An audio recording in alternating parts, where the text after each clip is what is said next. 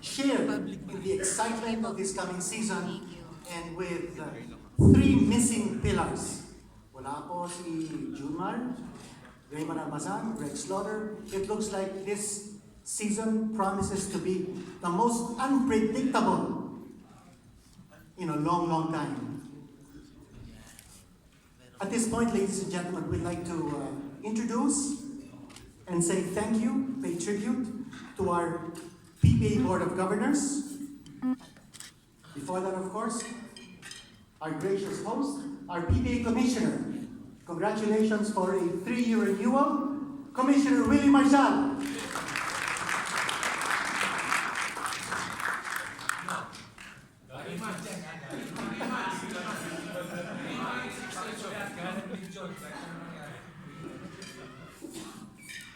And the PBA Board of Governors, of course, our chairman, Mr. Ricky Vargas. Our vice chairman, Mr. Bobby Rosales. Our treasurer, Mr. Sileman C. Governor from the Alaska Aces, Mr. Dicky Bachman. Governor from Barangay Ginebra, Mr. Al Francis Chua. Governor from Northport, Batantier, Mr. Eric Arejola. Governor from the NLEX Road Warriors, Mr. Rod Franco. In Indonesia. Governor from the Magnolia Hotshots, Mr. Rene Pardo. Governor from the Meralco Bulls, Mr. Al Pandillo. Governor from the Phoenix Pulse Fuel Masters, Attorney Raymond Zorrilla. Governor from Rain or Shine, Attorney Mamerto Mondragon. And the Governor from San Miguel Pier, Mr. Robert Non. We also have our special guests from TV5 and Signal, and we'd like to introduce to you the President and CEO of Signal TV and TV5, Mr. Robert Gala, up here on the presidential table. Our first Vice President for Channels and Content Management, Signal TV, Ms. Sienna Olaso. AVP Head, Channels Management and Programming, Signal TV, Mr. Miguel S. Vea. Vice President, Network Marketing Head, Ms. Trixie Tolentino. And the Head of Sports 5, Mr. Paulo Diaz. And our PBA Management Committee, we'd like to introduce them once more to all of our guests and to all our friends from media. First off, our Deputy Commissioner, Mr. Eric Castro. Our Finance Director, Ms. Odessa Encarnacion. Our Legal Counsel and Board Secretary, Attorney Melvin Mendoza. Our Marketing Head, Mr. Gerald Serrano. Our Media Head, Mr. Dave Coros. Our Social Media Director, Mitch Flores. Our Special Directors, our Special Projects Director, Ms. Rosel Picot. The Head of HR and Administration, Mr. Bottom Chavez. The Head of PBA Properties, Joe Francisco. And that takes up the PBA Management Committee. And as we mentioned earlier, this promises to be a very exciting season. Of course, everything will start off with the Philippine Cup. Meron po tayong roster na ibigay sa atin lahat to media, and counting the veterans who have transferred teams, who are now with new teams, counting rookies. Ito po ang bilang. 17 veterans have transferred teams. 16 rookies have so far been signed up. So you can see the dynamics of the PBA reflected by player movements, not only with the veterans, but also with the influx of our rookies. That being said, ladies and gentlemen, I think we are ready to start our open forum. We'll open the floor for any questions you might have. Maski na maseselect na questions, pwede kayo magtanong. This is your opportunity, your chance to speak directly to our PBA Board of Governors, to our PBA Management Committee, to our friends from TV5 and Signal. Any questions, please step up to the microphones, give your name, your affiliation, and fire away. By the way, we do have 4 new rules that will be implemented starting the Philippine Cup. And our Deputy Commissioner, Mr. Eric Castro, is here, and he is certainly willing to answer any questions concerning any rule changes that will happen this coming season. Questions, ladies and gentlemen?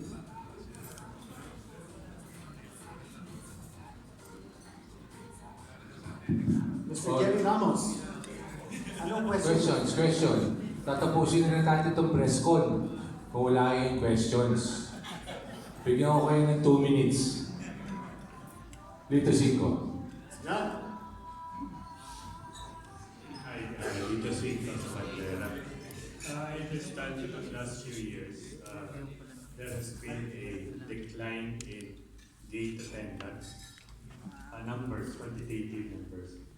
If you look at 2019 over 2018, what do the figures tell you? And then going to the future for 2020, ano yung plans ninyo to again try to get the attendance to go up? Leader, your question is directed to? Anybody can answer. Maybe Willie can start. Commissioner? Attendance natin nag-decline ng 4% sa venue. Okay. Pero sa social media natin, siguro increase ng 20-25%. So lahat ng mga tao nandun sa gadgets. So papunta na rin po kami doon sa digital. Lahat sila sa mobile, sa laptop, papunta na po doon lahat yung tao. So tinitingnan nga namin kung paano po i-ano namin yung sa venue. Kasi kausap mo po namin yung mga fans.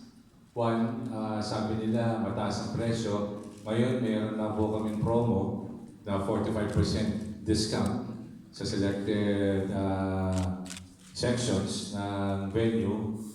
Ang problema ko po yung traffic. Yun po ang hindi ko po masosolve. Pero lahat po ginagawa po namin ng paraan. Pero ang laki po ng tinaas natin sa social media. And in terms of social media, Mr. Gala? Hello, morning. If I may just add sa sinabi ko ni Commissioner Willie, tama ho, no? Kasi ang ating public, ang ating audience ho ngayon, nagbabago na ho ang behavior. Dati ho, manonood ka lang sa Coliseum live or manonood sa TV. Sa ngayon ho, na-observe ho namin, kasi marami na hong platforms. Merong TV, dun sa TV5, meron din ho tayo sa pay TV naman na PBA Rush na HD. So, kumbaga ho, pag nanonood kayo sa bahay ng high definition, para kayong nandoon sa Coliseum mismo yung experience gano'n. At sabi nga ho, yung sa social media, available na ho sa website ng PBA, available din po sa Facebook. Doon ho sa Facebook, tumataas ho ang viewership ng PBA. Nasa radyo rin ho tayo sa Radyo 5, 92.3 FM.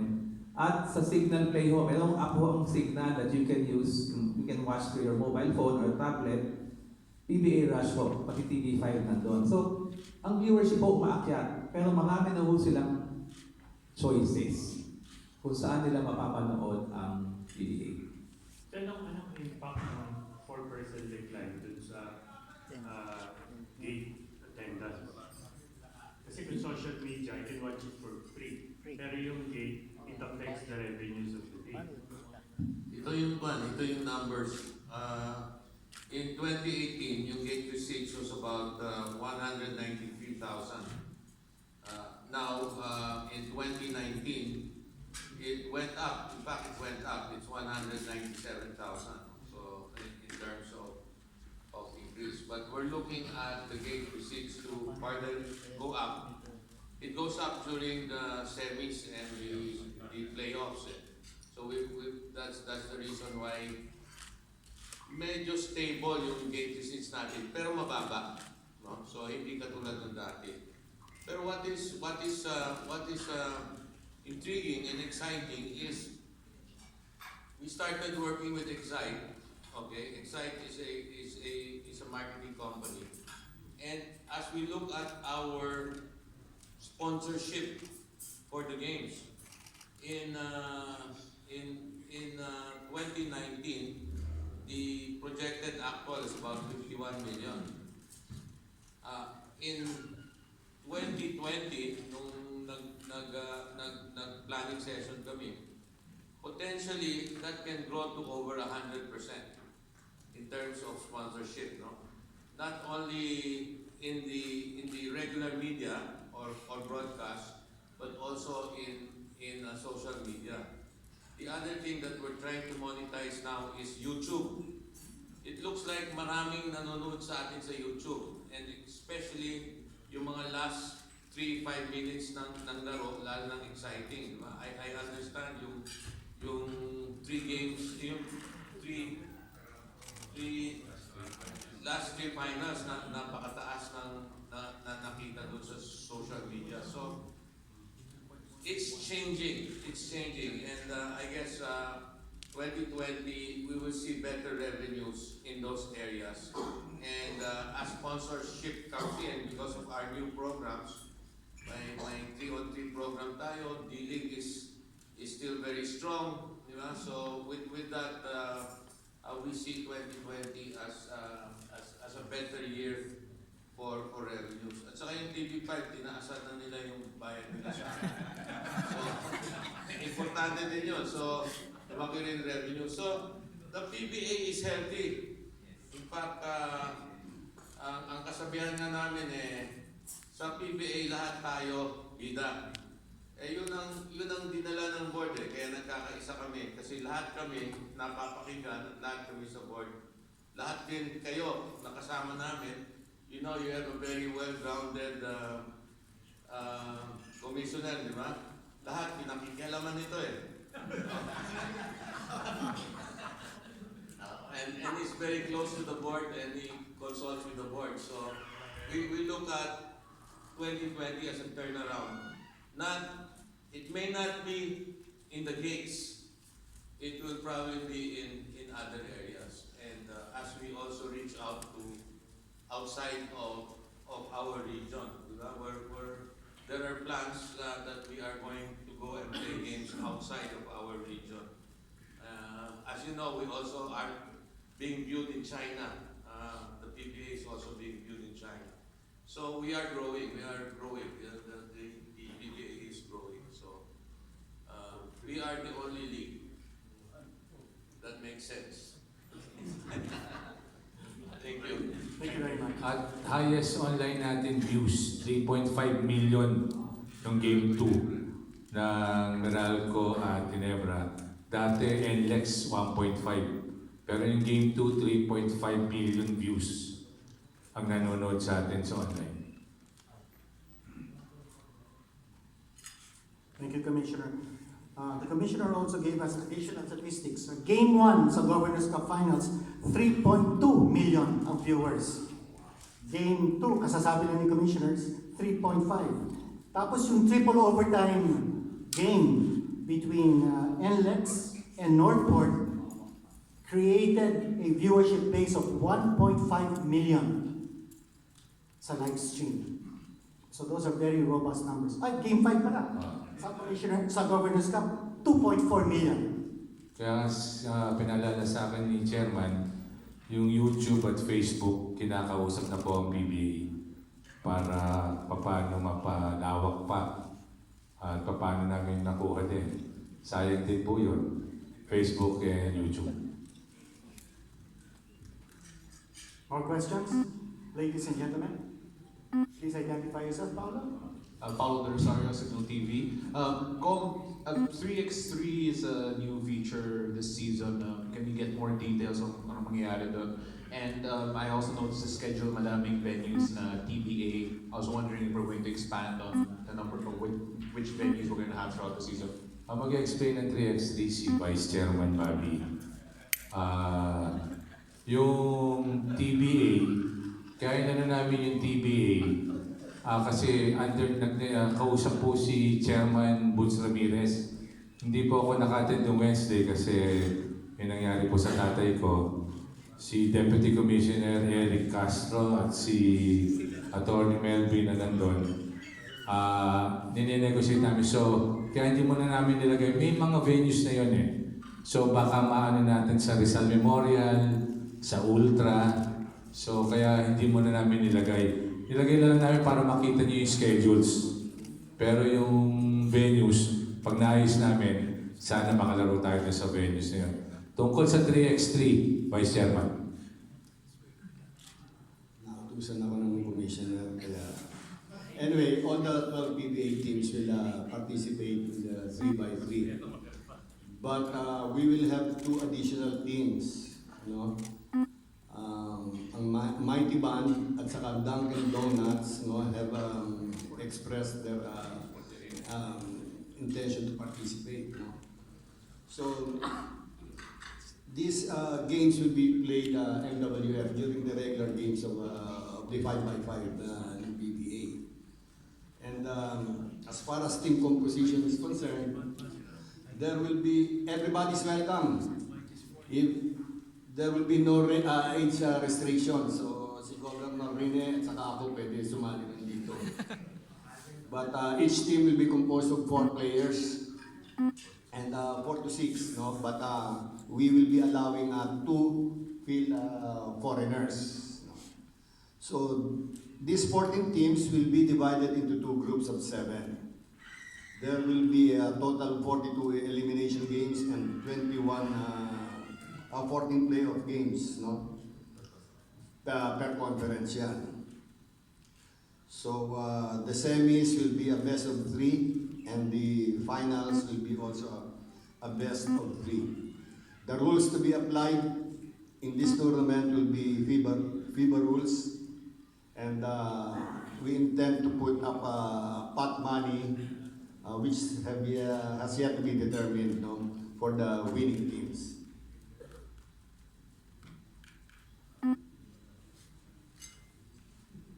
Thank you, Paolo. Thank you, Mr. Rosales. Just an additional question. Yung pong schedule will be for every PBA play date. Magkakaroon na yun. Correct. So playing dates, it will be played before or during in between games, no? In between games. Kung nilaro yung team.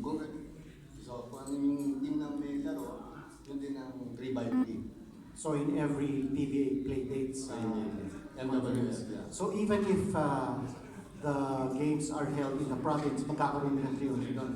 Hindi. Metro Manila lang. Only Metro Manila, okay. Peter Paul Patrick Lucas of RP2. Kong, the last time I talked to you, you said that there will be a 3x3 tournament as well for the women. Is that, are you going to push through with it? Kasi yun ang unang plano ko, 3x3 sa babae.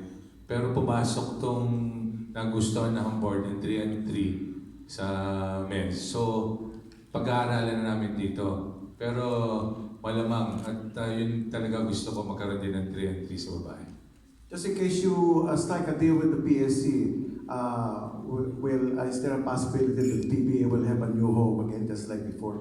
Yung mas Yun nga, kausap na namin si Chairman Boots, kakausapin niya yung board. Sinabihan namin maglalaro sa Rizal at sa Ultra. Sir, these 2 teams that are joining the 3x3, you will give them the same. I understand yung mga players ng 3x3 can move to the PBA, not passing through the D-League. Sorry, napag-usapan sa board yan. Hindi, kailangan duman sila sa process talaga. Kung ano yung process ng drafting. So, pero yung 3x3, makikita na ng mga teams yung galing. So, malaking bagay na yun para sa kanila. Hindi pwedeng diretso sa... Hindi na-aprobahan ng board. Sir, may we have an update on Calvin Abueva? Is he able to, will he be able to play already in the... Calvin at Nueva, nag-uusap kami, may pinag-uusapan pa kami, mayroon pa akong pinapagawa. Pag naayos lahat yun at okay na, i-elevate ko sa board kung ano recommendation ko. Salamat, Lucas. Thank you. Commissioner, pwede ba akong makasingit? Magkakaroon ba tayo ng 3-on-3 draft? Hindi na, pinag-usapan niya, kanya-kanyang kuha na. So, open to. 18 pataas, pero kasi 18 naglalaro sa college eh. Kailangan yata na may lisensya and gab. So, may konting gray area doon. And another question, Commissioner. Ito pong 3-on-3 natin, will this be for FIBA rankings in coordination with SBP? Ang nag-suggest nga talaga niyan si Governor Alpanillo, Presidente ng SPP, para tumaas ang ranking natin. More 3x3, the better para sa Pilipinas. Okay. Thank you. More questions, gentlemen?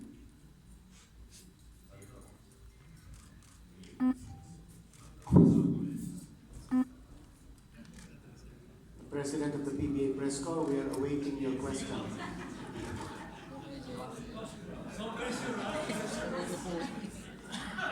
Sir Tinito, binubuli mo ako. Hindi, sa lahat ng Board of Governors, everybody knows that June Marfardo will not be around. Greg Slaughter, medyo unstable yung situation sa Inebra. So how do you see the season going on, especially the Philippine Cup? Who will you direct this to? Sa lahat ng Mr. board. Ramos. Sisimulan muna natin si Vice, si Chairman at si Treasurer, tapos yan sa room. Alam mo yung teams ni Junmar at saka ni Greg Slaughter, malakas pa rin yun kahit wala sila. No? So it will still be a challenge to all the other teams, no? When we face them. Of course, it will be a big loss to San Miguel and also to Ginebra, but I'm sure they'll be able to make their own adjustments. You know, they're champion teams, no? So they're used to adversity.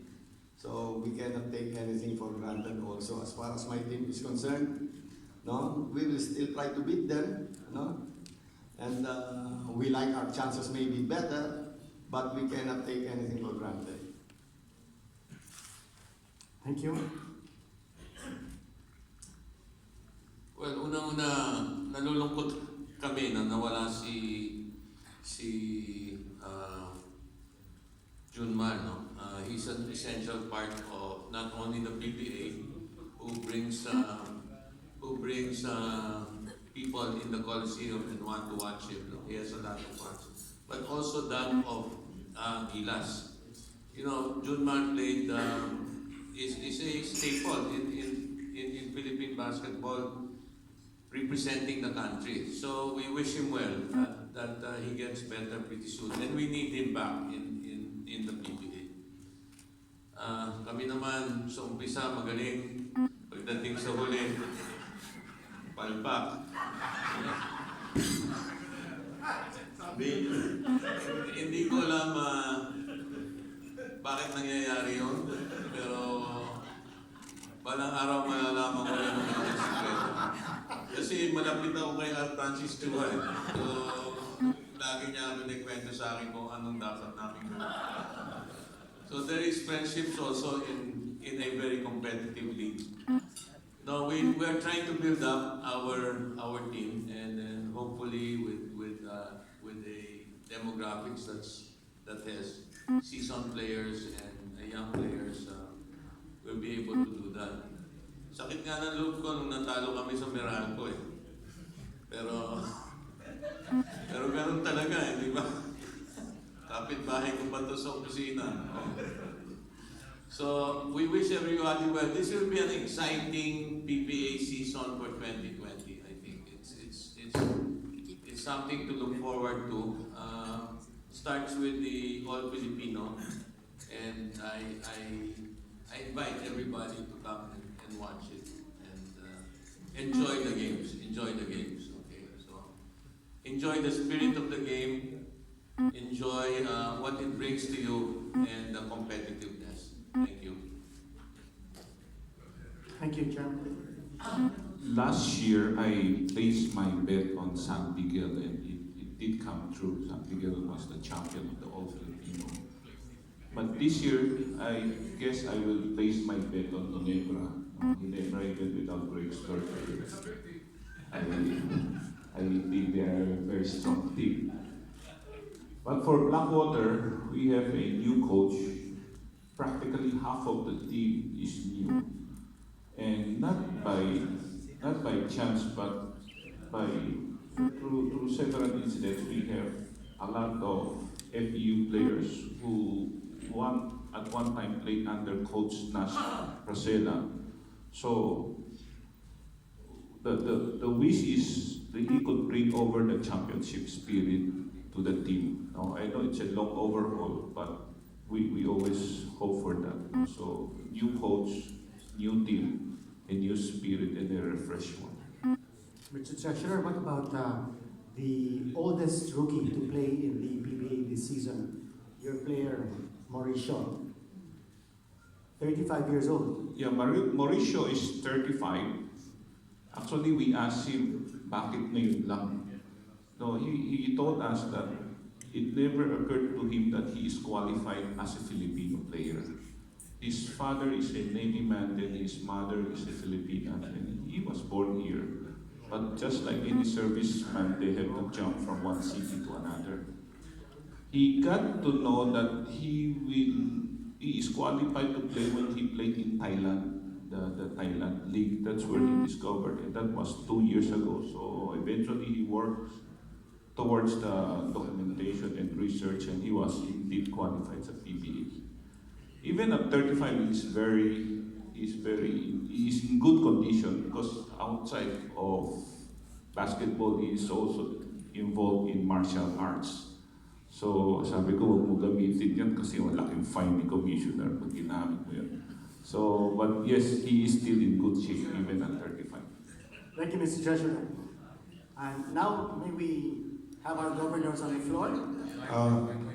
Mr. Chua? Yung sa akin, sa UFC naman, sa kanyang martial arts eh. And then, sa Ginebra, kaka-champion lang and we're doing okay. May nagpa-practice lahat.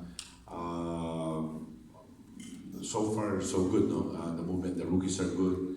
But it depends on Coach Tim kung sinong ina-line up. Now, against what happened to Junmar, you know, malungkot, lahat ng tao malungkot, especially the Filipinos because he's the one who's playing for the national team. But again, what happened kay Junmar, hindi maganda pero nakapagpahinga rin yung bata. You know, he is playing for the longest time. Dalawang team, pagod lahat. And makikita mo, and I want to, the coaches of San Miguel, the head coach, the assistant coaches, I want to see what's the adjustment na gagawin nila na wala si Junmar. You know, kung araw-araw tayo mga Pilipino sanay kumakain na may kanin. Ngayon, nawalan sila ng kanin eh. Tingnan natin how they gonna react, how they gonna adjust. And yun ang gusto ko makita. Sa Magnolia naman, lagi naman gano'n na Magnolia, no? Talagang ratrata, makita mo walang bumibigay. So, we'll see. Pero sa akin, ang bet ko ngayon, tingin kong malakas na team Tokentex.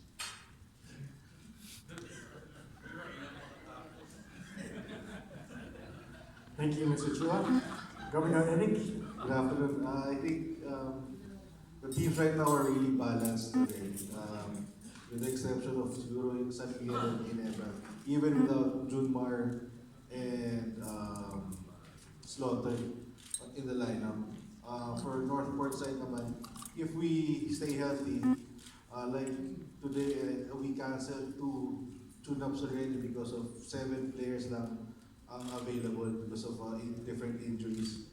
So but if we overcome this, hopefully we we can have a good show in this All-Filipino. Thank you, Governor Rick. Governor Al? Good afternoon to all. I guess before I go to Miracle, I just wanted to really stress our gratitude to Junmar. And we wish him well to get better soon. That's why in the last window, we didn't include him in the lineup because we wanted him to rest. Imagine nyo lang kung nag-injure siya, pa-practice ang gilas, di ba? Mahiya naman ako kay Tokayo, kay Gog Robert, no? But I think, in a way, napatikos kami for not including Junmar, no? But I think we thought that was best for him, but unfortunately, he did suffer that injury, and we wish him well. And the PBA will miss him, obviously, aside from the national team. There's also on the digital, I think that's a very key platform for the PBA to push our program, especially kung naka-smart kayo at saka talking text. Tsaka sun. Yun lang ha, huwag na yung kabila. So live streaming is a very, very big future for the PBA, and I think we should push that. And as Chairman and Kong Willie said, we are in the process of monetizing that to boost our cost of revenues for the PBA. Well, for Miracle, unfortunately, injured din yung big man namin, no? Si Raymond Almasan. He had surgery after the championship series with Ginebra, and he'll be out for, I'm told, a few more weeks. And before he gets back to condition, medyo matagal pa. So there's no major changes in Miracle. Same core team. I guess we just have to, all Filipinos always been our weakest conference because we didn't have a big man. We thought we had one with Raymond, not as injured. We'll have to hang on first few weeks of the tournament and hopefully stay somewhere in the middle until we're able to get the team together and hopefully have a push for the playoffs. And for the next two conferences,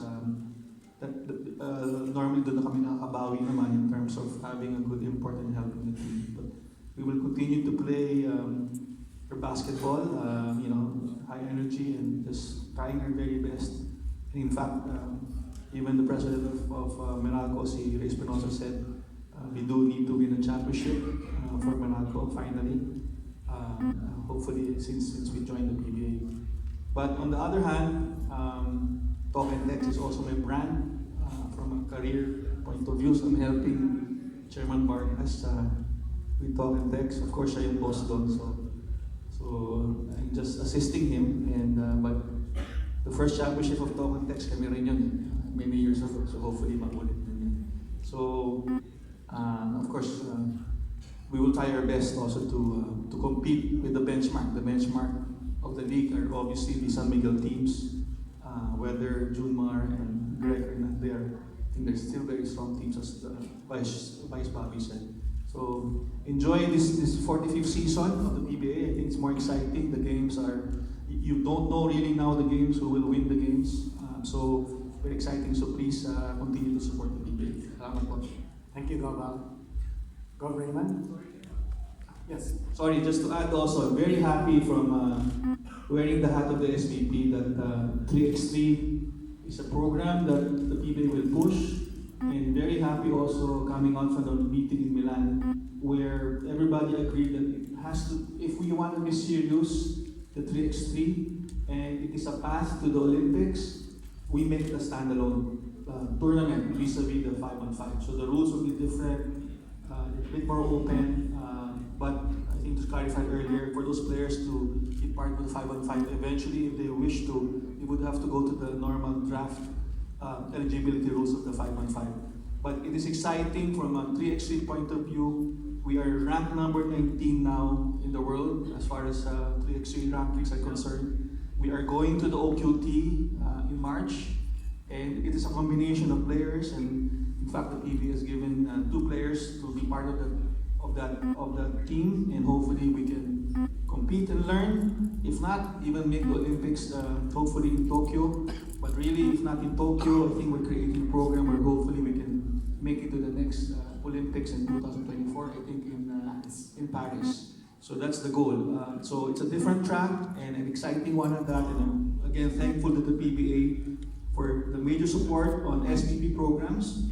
Started, of course, with the national team, and they continue to push this. I'm also very proud of our game that happened in Indonesia the other night. I think it's showing us that we're napakalaking sakripisyo ng ginawa ng PBA for the national team. And again, very grateful to the PBA. And when did you see a calendar of the PBA go past December, and the finals of last season was in January this year? So this new path that we have opted with the players that were drafted by the PBA, but the PBA have lent to the SPP at the discretion of SPP. I think it will do us wonders. No? So it's just a glimpse of what we can see with this team, with the game against Indonesia. We're learning. The young guys played well with the veterans, but we will continue to strengthen that program. So again, maraming salamat from an SPP and point of view to the PBA. Thank you, Al. And ladies and gentlemen, what about a big hand for this collaborative effort between the SPP and the PBA? This unity that has been forged by the PBA Board of Governors and the SPP leadership. Thank you, Governor Al. Governor Raymond?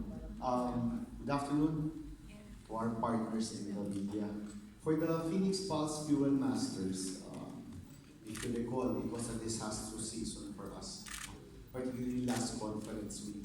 We won 3 games. I think it's a forgettable one. We won by 1 point, I think, in each game, or it boiled down to the last game. No. And right now, we are beset by injuries. All our big men are down.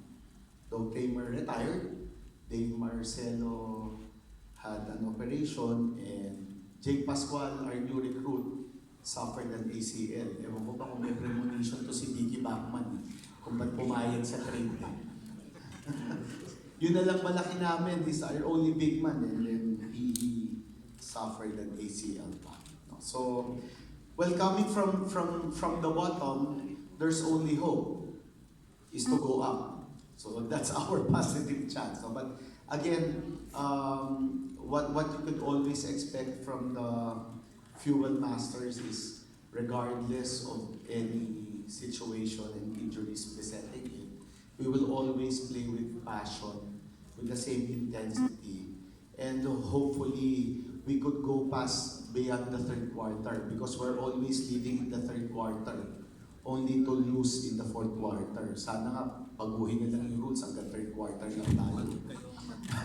But seriously, we promise you always in each game a good fight with the same intensity and the same passion, and we will be out there competitively fighting. And hopefully you will support the league, and let's look forward to an exciting season ahead of us. Thank you. Thank you, Gov. Raymond. Gov. Dicky? Yeah, good afternoon. With regard to the Alaska Aces, we have been busy. We've been making trades. We added veteran players from Rain or Shine, Magnolia, and Talking Tex. We added 3 new rookies.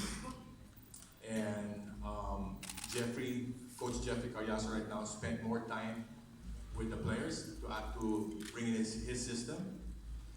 And we have no injuries. So it's been our goal to always make the playoffs. And once we get there, then hopefully we can move forward. Thank you. Thank you, Gov. Dicky. Gov.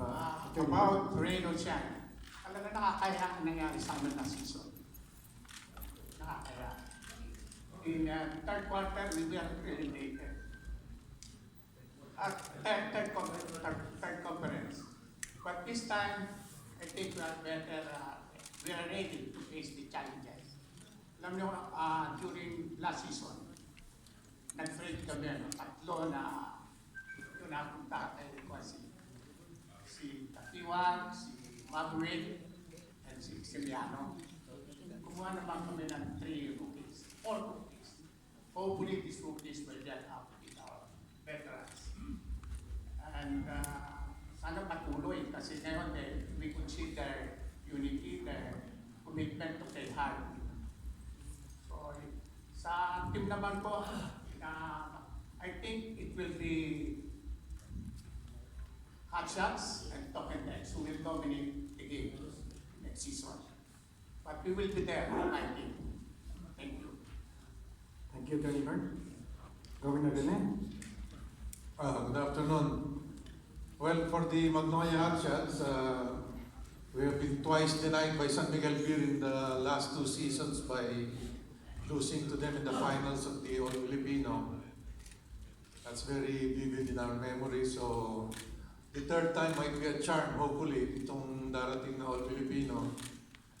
And I myself am very excited with the team. We have 4 new faces in the team. We have, of course, Chris Manchero and Jackson Corpus. And we have added 2 new guys. Aris Junicio still has to complete his MPBL contract, then we will sign him up. And Jess Aitana, a big burly guy also from the MPBL. So with the 4 new guys, I think we will be giving the 11 other ball clubs a run for their money. But personally, our choice is we played 3 tune-up games, and I think Rain or Shine and Ginebra will be teams to beat in this coming All Filipino. Thank you, Attorney Rene. Governor Robert, now talking about Mr. Pardo.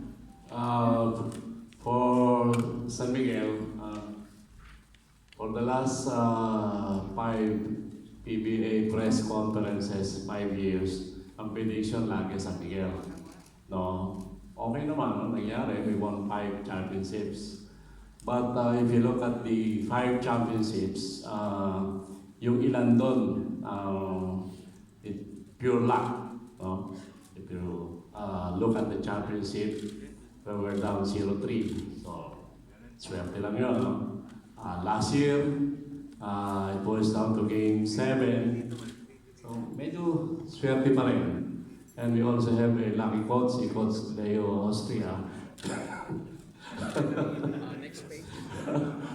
Which means the last 5 championship we have junior in there, no? Pero pag tinignan mo yung mga laro, lalo na last season, balance sila yung teams. We went to game 7 with Junmar, no? So if you look at it, balance na talaga eh. This year, ito pinakamabigat. Normally, nami-miss namin si Junmar. 1, 2, 3, 1 week. But this time, I don't think he can come back second conference or even the third. Kasi matindi yung injury niya eh. Parang kay Paul George yun. Yun yung kind of injury niya. So, kailangan talaga mag-step up yung team namin. Meron kaming mga konting adjustment because of the absence of Junmar, this All Filipino. Pababa yun hanggang third conference, and hopefully Mo Tautua can fill up the big shoes that will be left by Junmar. So yun yung natry namin, and the other guys, they have to step up also. Yung problema lang, medyo may konti malas. Si Marshall nagkaroon ng bridge nose injury. Si Terence with sprain. Hopefully they can play sa opening game namin with Magnolia. Okay lang daw kahit hindi maglaro. Pero talaga ito na siguro yung magiging pinakamahirap na season for San Miguel Beer. Because John Mar is out. But still, we'll be there fighting. Alam mo naman kami, gusto namin lagi mag-establish ang history. Baka mamaya masungkit namin pang-anim, di history na naman yan. And for John Mar also. So sana we can adjust fast dito sa bagong sitwasyon ng SFB.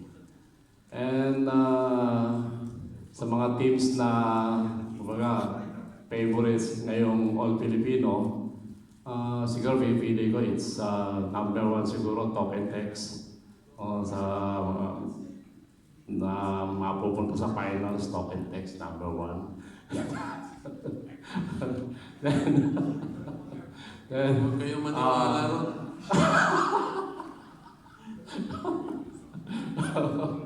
then, Colombian.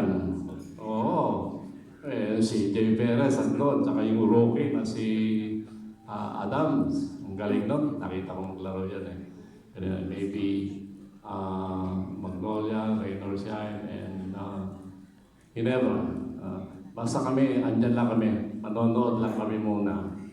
Pag naka-sneak in kami, tutuluyan namin yan. Thank you, thank you. Thank you, Gov. Robert.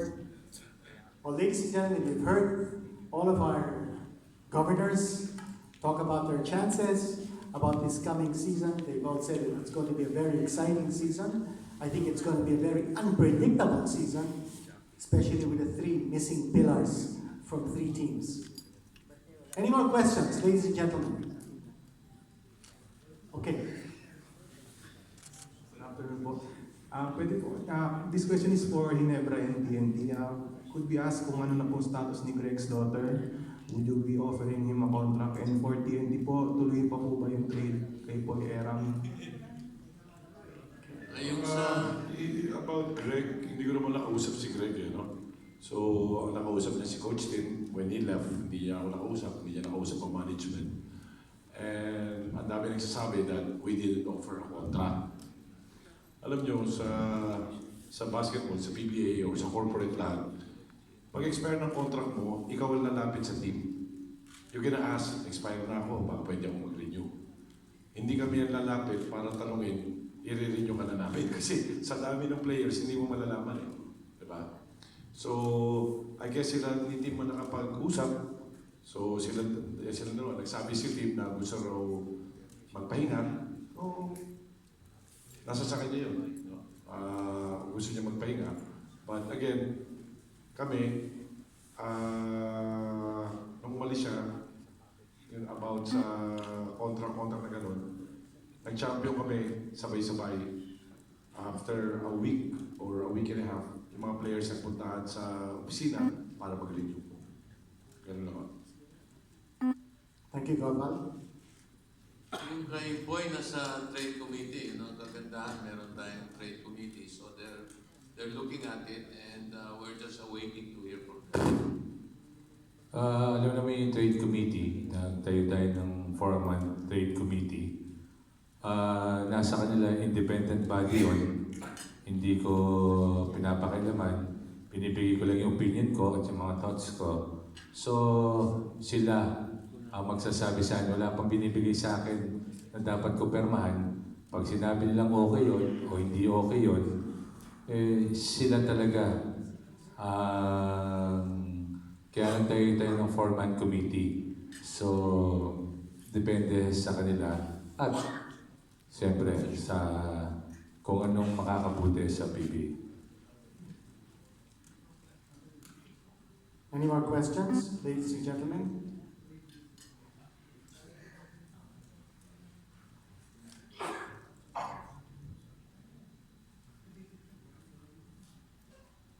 Wala na, wala. Hahabol sa Israels. Kung ano lang, na delay yung season for about a week. So, naapektuhan ba uli yung playing calendar for the entire season? Naapektuhan yun. Baka umabot kami hanggang Feb. So, malaking bagay yung 1 linggo na yun. Pero, sinuggest ko sa governors na nasa Europe kami na i-delay natin. Kasi para malaman natin kung mangyayari. Na nakabuti naman. Kasi yung DOH at DILG, pinayagan na mag-concert, pinayagan na yung mga iba't ibang pagsama-sama. Pero meron lang sila mga kailangan may thermometer scan, kailangan may mga alcohol. So malaking bagay din yun. At alam mo naman din yung mga Pilipino, palagi ko sa opening ay hindi tayo masyadong tatauhin. Sa akin lang kasi nag-iingat din sila. Pero garantisado ako na pinapanood tayo doon sa sinasabi kong TV at sa mga social media.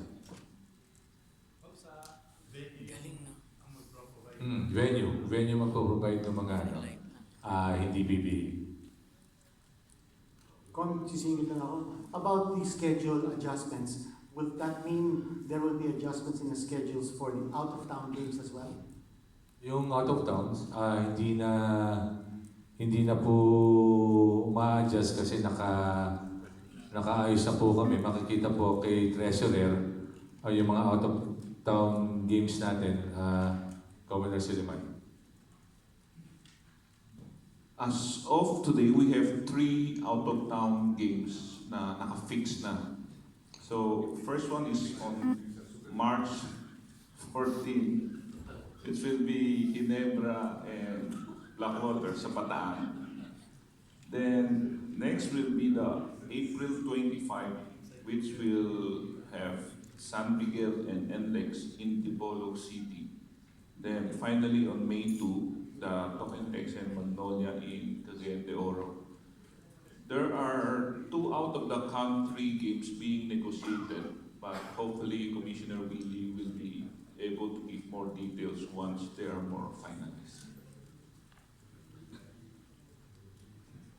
Thank you, Mr. Treasurer. More questions?